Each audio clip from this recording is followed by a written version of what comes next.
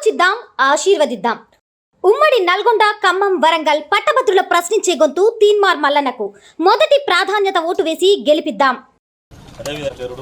నా మిత్రుడు ఈరోజు రాష్ట్ర గ్రంథాలయ చైర్మన్గా పనిచేస్తున్న మిత్రుడు రియాజ్ గారిని మాట్లాడుకోబోతున్నాను. ఈ వేదిక మీద మహబూబాద్ నుంచి ప్రగతిశీల భావాలకు నాయకత్వం ఇచ్చిన చాలా పెద్దవాళ్ళ మధ్య మాట్లాడడం అనేది నాకు నిజంగా గర్వంగా ఉన్నది. మల్లన్నను ఎందుకు గెలిపించాలి? మూడే కారణాలు, ఒకటే నిమిషంలో చెప్తాను.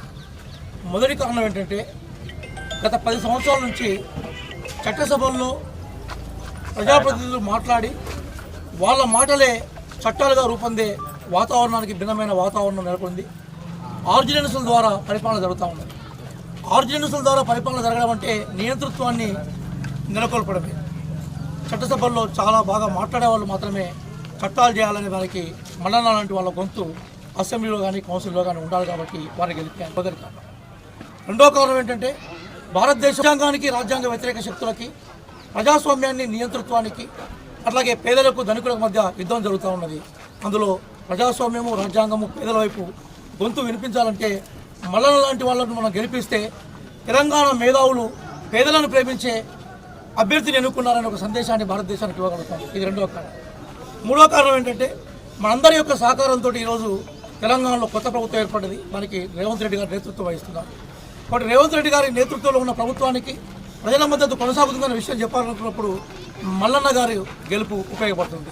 ఇక నాలుగో అతి ముఖ్యమైన కారణం ఏంటంటే, వారు మన కాలం నాటి హీరో, వారు పోరాట యోధులు.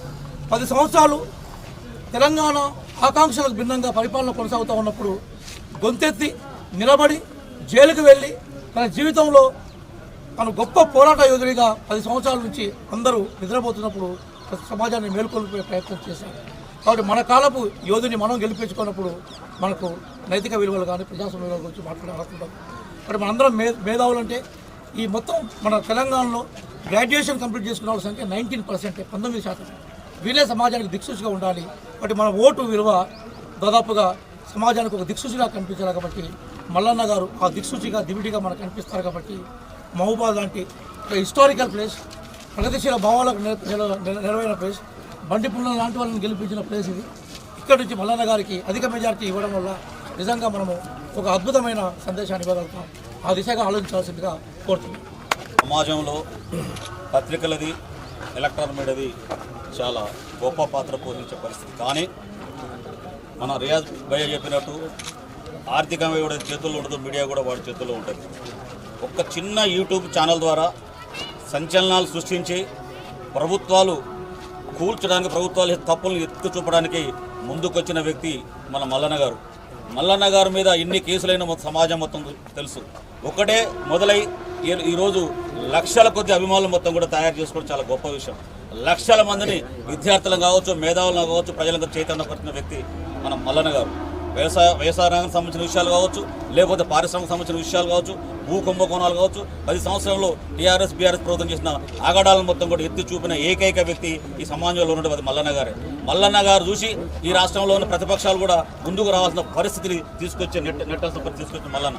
అలాంటి మల్లన్నని మనం ప్రథమ ఓటు వేసి భారీ మెజార్టీతో మనం గెలిపించుకోవాల్సిన అవసరం ఉంది.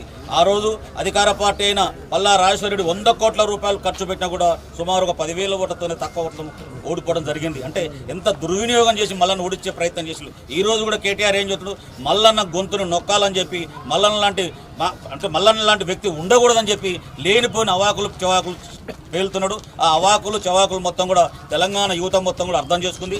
మలిదేశ ఉద్యమంలో పనిచేసిన ఉద్యమకారులు కూడా తగిన బుద్ధి చెప్పాలి. మీరందరూ కూడా నడుము కట్టి మల్లన్న గెలుపులో భాగస్వాములు కావాలని చెప్పి కోరుకుంటున్నాం. ఆలోచిద్దాం, ఆశీర్వదిద్దాం. ఉమ్మడి నల్గొండ, ఖమ్మం, వరంగల్ పట్టభద్రుల ప్రశ్నించే గొంతు తీన్మార్ మల్లన్నకు మొదటి ప్రాధాన్యత ఓటు వేసి గెలిపిద్దాం.